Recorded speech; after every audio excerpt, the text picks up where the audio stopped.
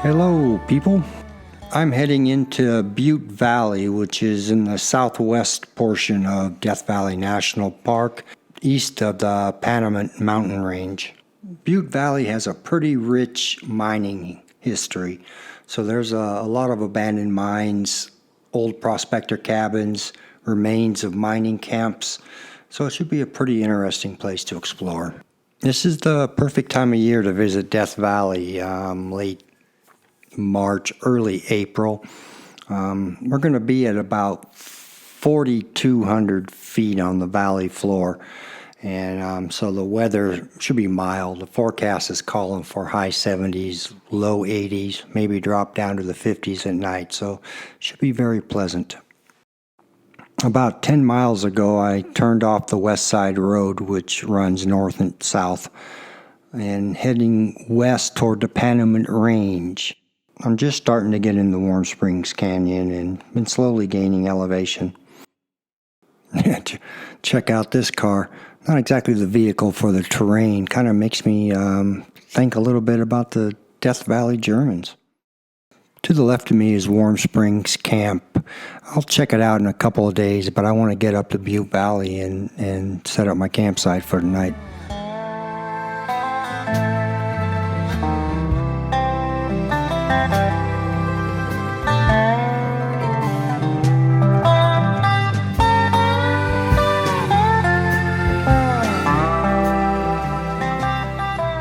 There it is, Butte Valley, and that's striped butte in front of us. A little bit beyond the striped butte is the spur that leads up to the geologist cabin. I'm going to see if it's claimed, and if it's not, I'm going to camp there tonight.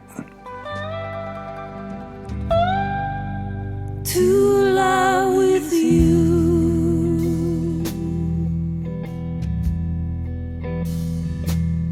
once more, to lie with you,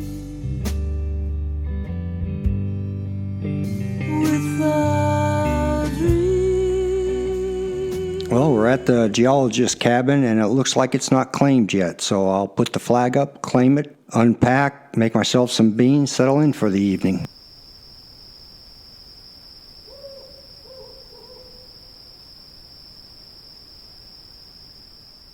Ahead is Striped Butte, which rises about 800 feet above the valley floor.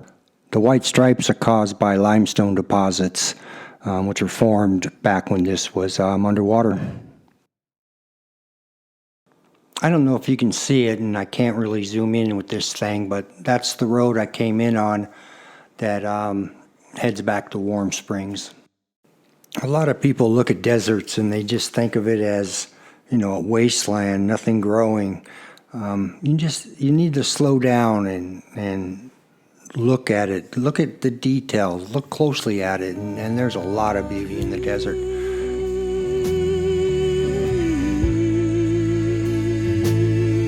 Close together, to wake beside you. My love still sleeping,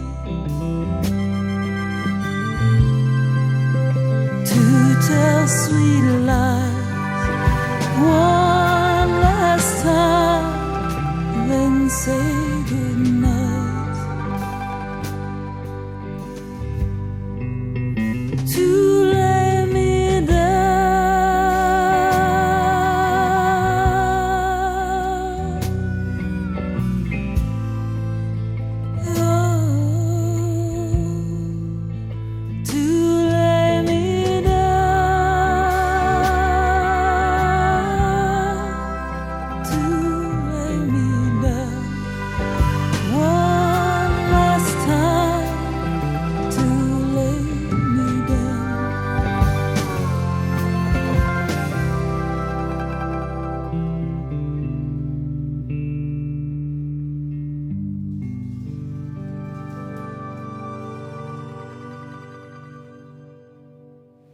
There's Zack the dog, taking it easy.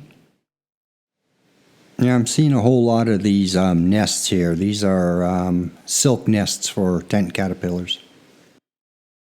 Hi, getting ready to leave the geologist cabin in Butte Valley. I'm going to head up to the Barker Ranch, Manson's old hideout, and see what shakes from there. I may camp in that area, I don't know. We'll see how it goes.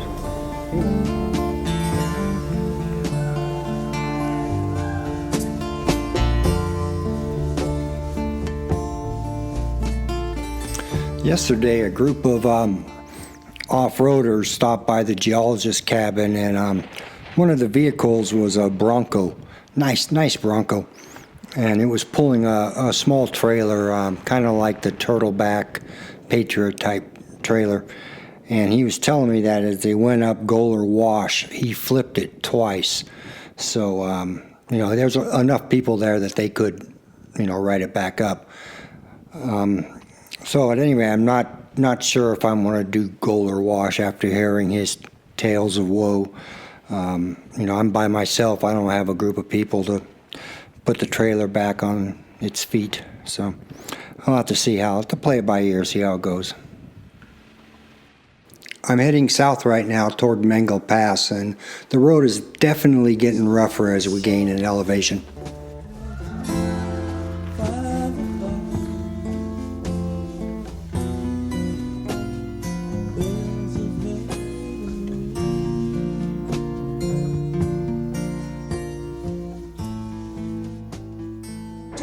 I'm a couple miles from Barker Ranch, and I'm going to bail out. Looking up ahead, walking up ahead, it's getting pretty rough for the trailer, so I'm going to have to turn around and head back the way I came. Oh well, it happens. It's not so bad.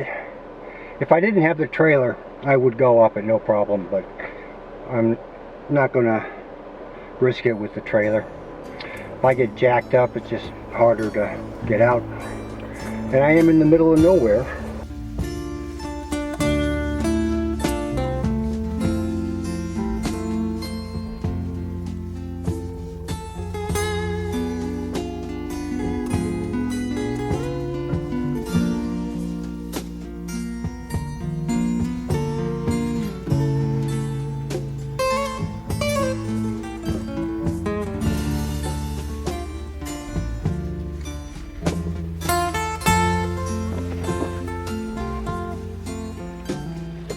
Alright, we're going to head up to this another prospector's cabin up here. Just take a quick, let the dog out, maybe get some lunch, make a sandwich or something. The spur I'm on now is going to take me up to the Anderson camp, which is named after Stella and Clinton Anderson, who were the last prospectors to work the area, or the last ones to live there full time anyway. Clinton died in 1973, and Stella, a few years later, moved out of the Butte Valley and down to Trona, the way I understand it. After bailing out, going to Barker's Ranch, the road was just too rough for me for the trailer, and being by myself, I decided to go check out this prospector cabin. I'm heading back to Warm Springs. So we'll go check this out, see what it's like. The first serious mining around Anderson Camp was in the 1870s, but it continued until the 1970s. What they were mining for is gold, silver, mercury, lead. There is some indication of habitation as early as 1858 by Mormon miners. These aren't as nice as the geologist cabin that I stayed in last night, but this one obviously has some issues with the door. Fireplace, or stove. Yeah, not a lot going on there. Before the Andersons moved in here, this was the cabin of Carl Mengel. Carl was one of the predominant prospectors in the first half of the 20th century. Carl is also the namesake to the Mengel Pass. Got some skis hanging up on the wall there because nothing conjures up visions of hitting the slopes and white powder than Death Valley does.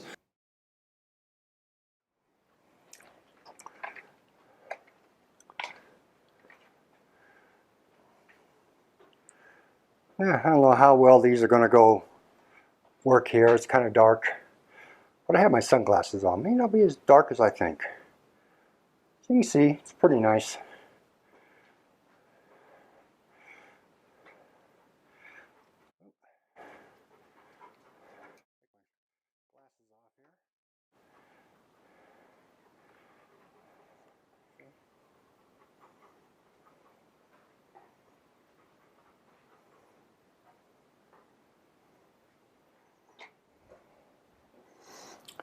Got the doggy. Got the doggy.